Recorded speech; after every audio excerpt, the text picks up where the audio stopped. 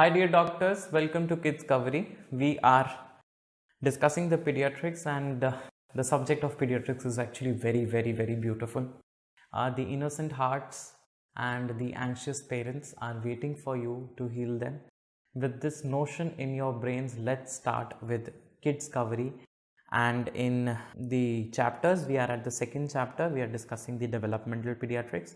And this is the time to learn about how to approach a child with microcephaly. What is microcephaly?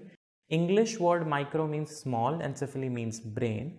So if not the brain but the skull size, so if the skull is small, this is called as microcephaly. How to approach and what do you mean by small skull? So please understand, microcephaly means you have got a head circumference more than 2 to 3 standard deviation below the mean or less than third percentile for a child's age. Okay, try and understand this. So can you see here, this is the mean value. Okay, I'll try to use this color. Yeah, so can you see this? This is the mean value. Okay, this is the mean value. So in this mean value, this is the 1 standard deviation, this is the 2nd standard deviation, this is the 3rd standard deviation. Microcephaly means which are lying in the 3rd percentile, which are lying where? In the 3rd percentile, that is between 2 and 3 standard deviation, because this is 1st, this is 2nd, and that is the 3rd percentile. So microcephaly means less than the 3rd percentile, or they are trying to tell you that microcephaly is defined as head circumference more than 2-3 standard deviations below the mean. More than 2-3 means 1 standard deviation, 2nd. So more than 3 standard deviation below, or more than 2 standard deviation below. More than 2 standard deviation below. This is something that should be registered in your mind, more than 2 standard deviation below. Okay, because I have seen people, whenever they see more, okay, they'll quickly mark macrocephaly. No, what they are trying to tell you, more than 2 standard deviation below. Leave it 3, more than 2 standard deviation below the mean. Okay, so what is the difference between microcephaly and microencephaly? So remember, microcephaly and microencephaly. So microencephaly means, okay, microcephaly means that you have got a small skull, whereas microencephaly means the brain itself is small, and that is detected by neuroimaging, that is seen by neuroimaging.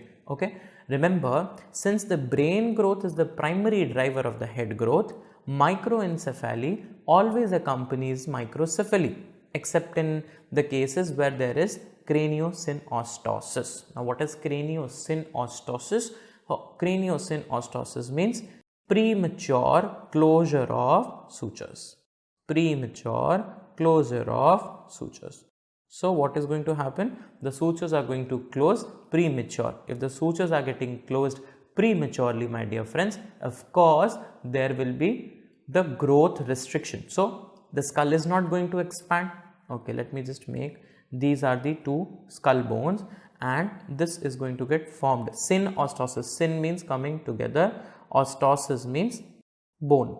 Okay, so if the bones are coming together, of course the skull is not going to grow, but inside brain wants to grow. So inside brain is going to grow, that means there is no microencephalopathy is not going to be there, but of course because it was skull bones were closed, microcephaly will be there. I mean, microencephaly will not be there, microcephaly is definitely going to be there. Okay, now what are the different causes of microcephaly? Why the head is small? See, one thing is environment insults at birth. Environment insult at birth. For example, if the brain is having hypoxic ischemic encephalopathy, what does this mean? See, understand, the less amount of oxygen is going to go to the brain. So if less amount of oxygen, hypoxia is there, brain obviously can't grow. So if brain can't grow, of course the skull size is going to be smaller. Similarly, you have got intraventricular hemorrhage. So intraventricular hemorrhage is responsible for, of course, because there is hemorrhage, blood vessel is not there, oxygen will be less, the brain can't grow. Similarly is the case with the trauma as well. Okay. Coming on to environment insults in early childhood. For example, CNS infections. Again, infection is going to be there, less oxygen to the brain cells will not grow, brain parenchyma will not grow, size is going to be smaller. And similar is the case with the hypothyroidism. Okay, hypothyroidism. One very important MCQ point is that in hypothyroidism there is intellectual disability also.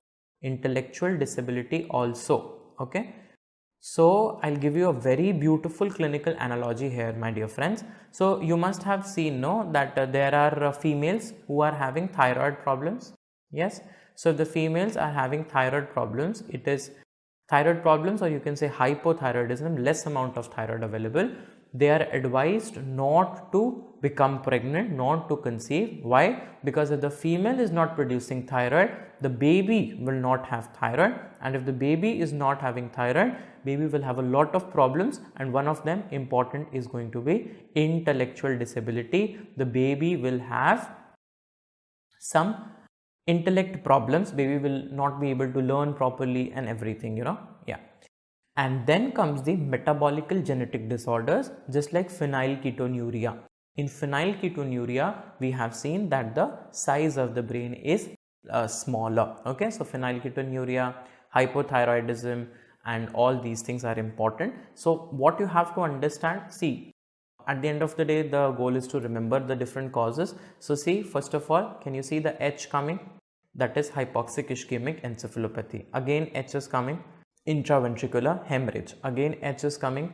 Hypothyroidism. Okay, so this is H. Then I is inborn errors of metabolism which are going to be there. Okay, inborn errors of metabolism which are going to be there. Next is infections, CNS infections which are going to be there. Okay, so these things are actually the most important ones, and if you add a T over here, trauma is also covered. So that's going to be HIT is the mnemonic for acquired microcephaly, whereas there are different causes of congenital also, congenitally. So which infection is responsible congenitally for causing microcephaly? So please remember, Zika virus infection, Zika.